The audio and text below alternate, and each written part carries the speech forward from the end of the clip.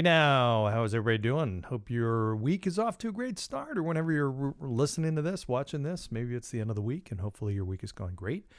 I am just coming back from vacation. What a phenomenal week. I'm feeling rested, relaxed.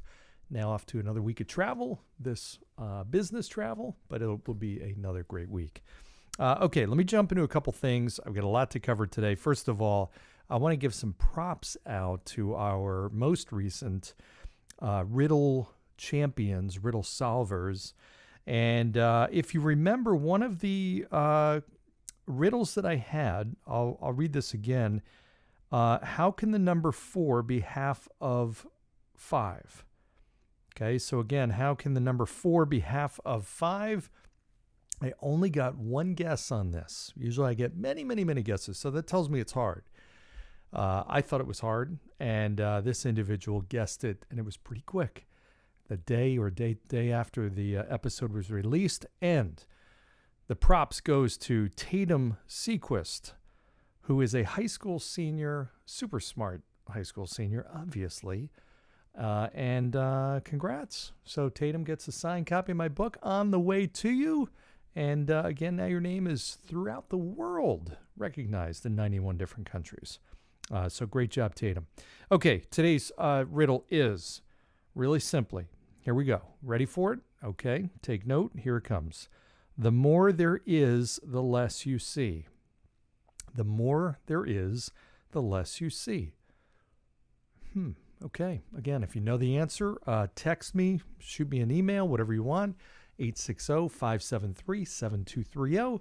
Easy text, and let me know who you are and your answer. I'll let you know if you're right or wrong or whatever. So, okay, so today's topic is about the concept of short-sightedness. And I find oftentimes, not just leaders, I find people in general, and everybody is a leader. I'm not talking about just formal leaders. I'm talking about people in general make long-term decisions based on short-term stuff, or they're not looking at the right stuff to ultimately make the right decision. And I'll give you an example.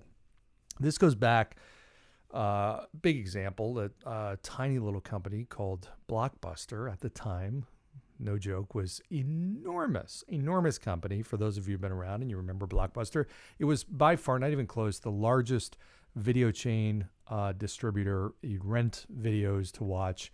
Everybody went, I mean, it was huge.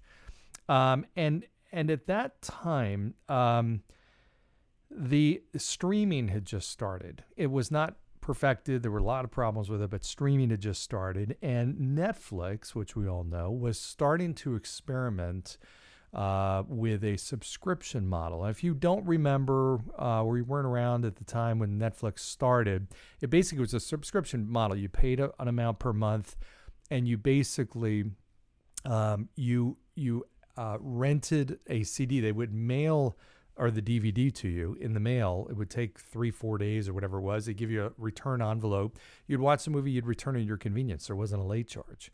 So they totally, kind of changed the whole model. And obviously today have an entirely different model. But that was what they were doing. They were experimenting with it, and it was working. It was not that it wasn't working. They were not testing it. It was proven, and it was working. The CEO of Blockbuster at that time had a very significant interest in doing something like that. He went to the board, and the board said no. The reason that the board said no, I'll give you a second to see if you can guess it. The reason the board said no was because they had 16% of their revenues coming from late fees.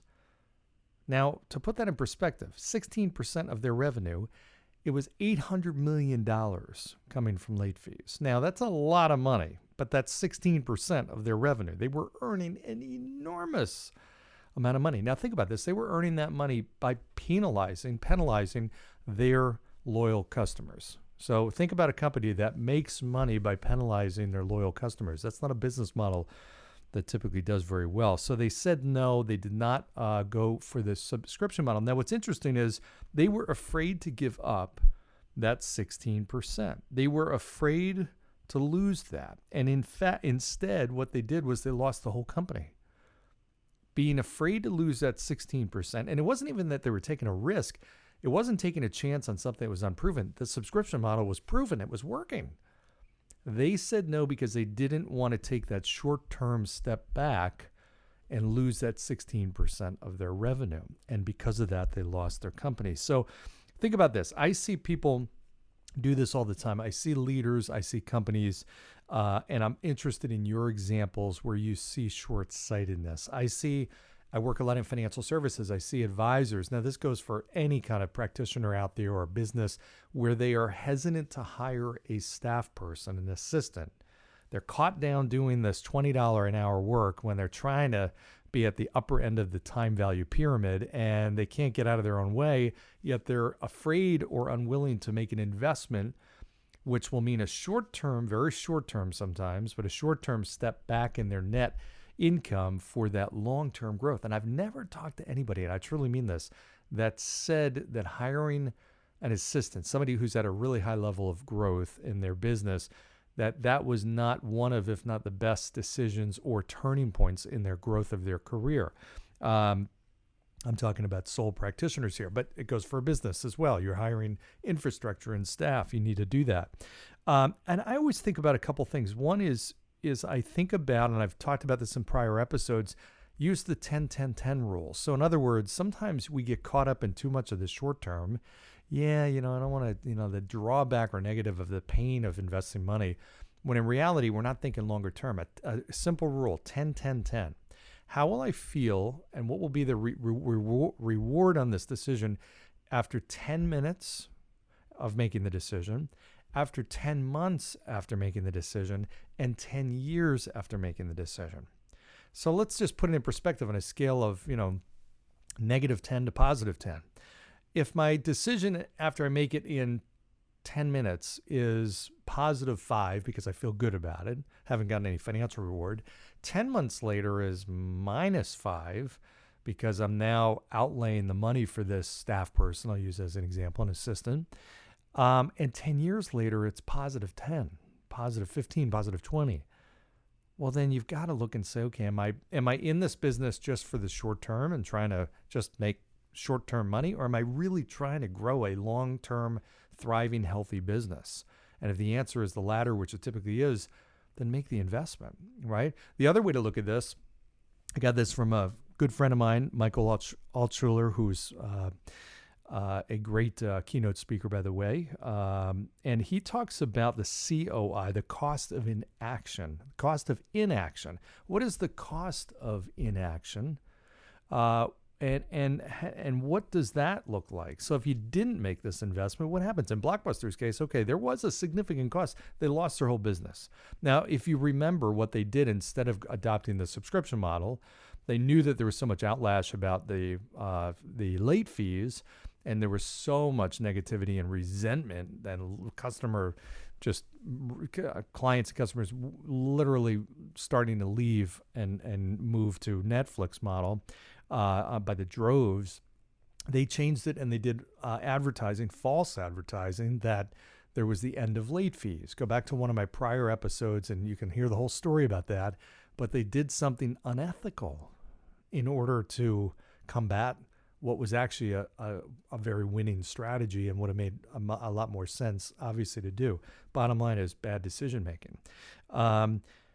Envision when you make a decision. Envision what the outcome is, and just think about what is ultimately, does this look like a year, 2, 3, 4, 5 years down the road? Okay, what are the possible costs of doing this? What are the rewards? And then flip it. Do the costs and rewards of not doing it. The cost of inaction. I love that.